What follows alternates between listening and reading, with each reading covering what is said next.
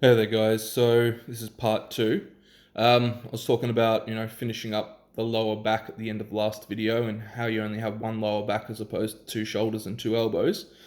So keeping that in mind with program design, the way that I would describe or design a program based around heavy compound lifts would look like the following. So it's a upper body, lower body split. So Monday I'd do bench press. I'd be looking at 4 sets of 10 and then finishing off with probably some incline or decline dumbbell work. You can throw in dips, but you want to keep everything compound.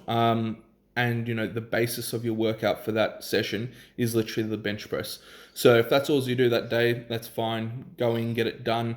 Pay attention to your form, your technique, warm up thoroughly. After you've done your 4 sets of 5 or 4 sets of 10, depending on your level of strength and where you are on the lifting spectrum.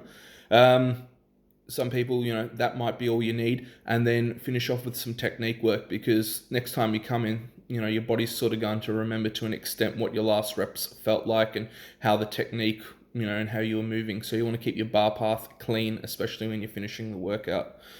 The next day, I do squats, same thing, 4 sets of 6 to 8 reps. Keep technique on point. Make sure you take your time to warm up thoroughly. If squats is all you get done, then that's fine. It's still far more productive than what a lot of people do. They just go and do leg press, leg extension, things like that. They take the easy route. Versus if you're doing, quality movements being your squats, you're going to perform far better than they ever will long term. And then after doing squats, after I've done my technique work, I'd probably just do some light ab movements, some twists and things like that. That's just to get a bit more blood flow and mobility into your back, just working different angles and getting your spine to move around, because you'll find that'll help a lot with recovery and you won't feel as stiff the next day, especially through your mid to lower back. Wednesday, I'll then do overhead press work, followed by, some triceps and bicep work. Nothing over the top. You'll still find that your shoulders have been worked pretty well from Monday. So don't go all out on the overhead press, but you want to keep it as a good quality movement, because it is going to also aid in upper back development and general strength on the bench press as well. Plus it keeps you proportionate. You've done bench press on Monday, so pushing movement in, right in front of yourself, versus overhead, you're in a different, movement plane, you're pressing straight up. So I try and keep that, or take that into consideration when I'm building a program. Thursday, lower body again. I'd be looking more at the front squats. Just, you've done heavy squats on Tuesday, and your lower back's still going to be quite fatigued. So at least front squats, it's going to hit the quads a lot more. You're not going to find your lower back packs up. It's also good for technique work, because it will teach you, one, to keep your chest up, but secondly, to drop your hips right beneath you.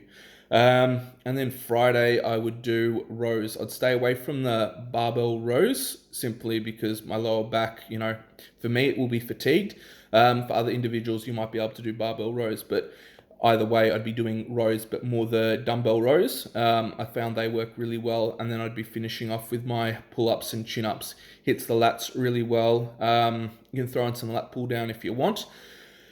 If you have energy, you can throw in bicep curls again, but biceps are going to be worked pretty well if you're doing your pull-ups and your lat pull-down.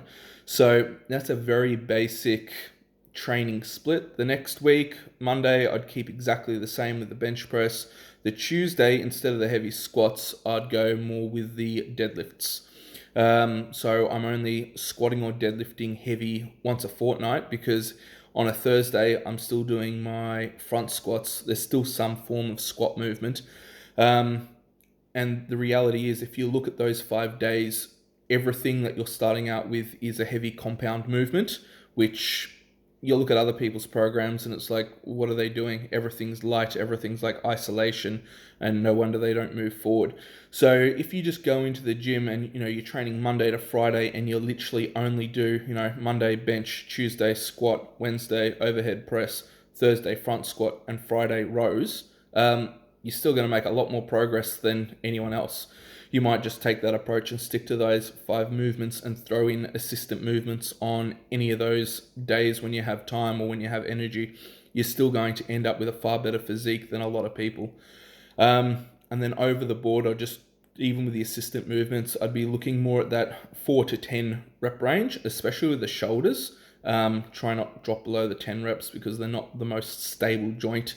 And a lot of people, risk injury. And again, make sure you, with the overhead press, I only bring the bar down to my chin to remove any chance of getting any impingements in my shoulder and limiting the amount of internal rotation. That's probably my take home for just a very easy training program in terms of easy design. Definitely not easy application. The movements are simple, but you're going to find the taxing, and a lot of people just won't stick to a program like that because it requires effort. It's harder than what they're used to. But if you keep it really simple and just stick to those basics and really look at your nutrition and sleep, it will make a huge difference in terms of nutrition. Eat clean, eat a little bit in surplus, nothing ridiculous. Don't go 1,000 calories a day in surplus because you'll just gain too much body fat. Anywhere from 300 to 500 calories is a good starting point for most. For some people, 500 will be too high. And for other people that are a lot heavier, 500 might not be enough.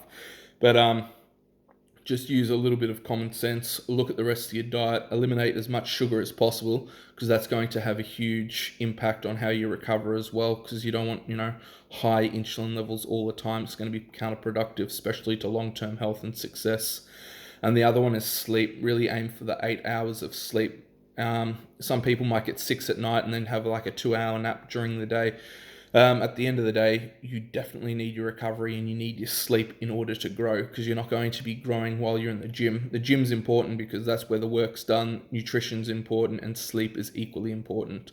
You neglect either one of those 3 and things aren't going to go very well for you.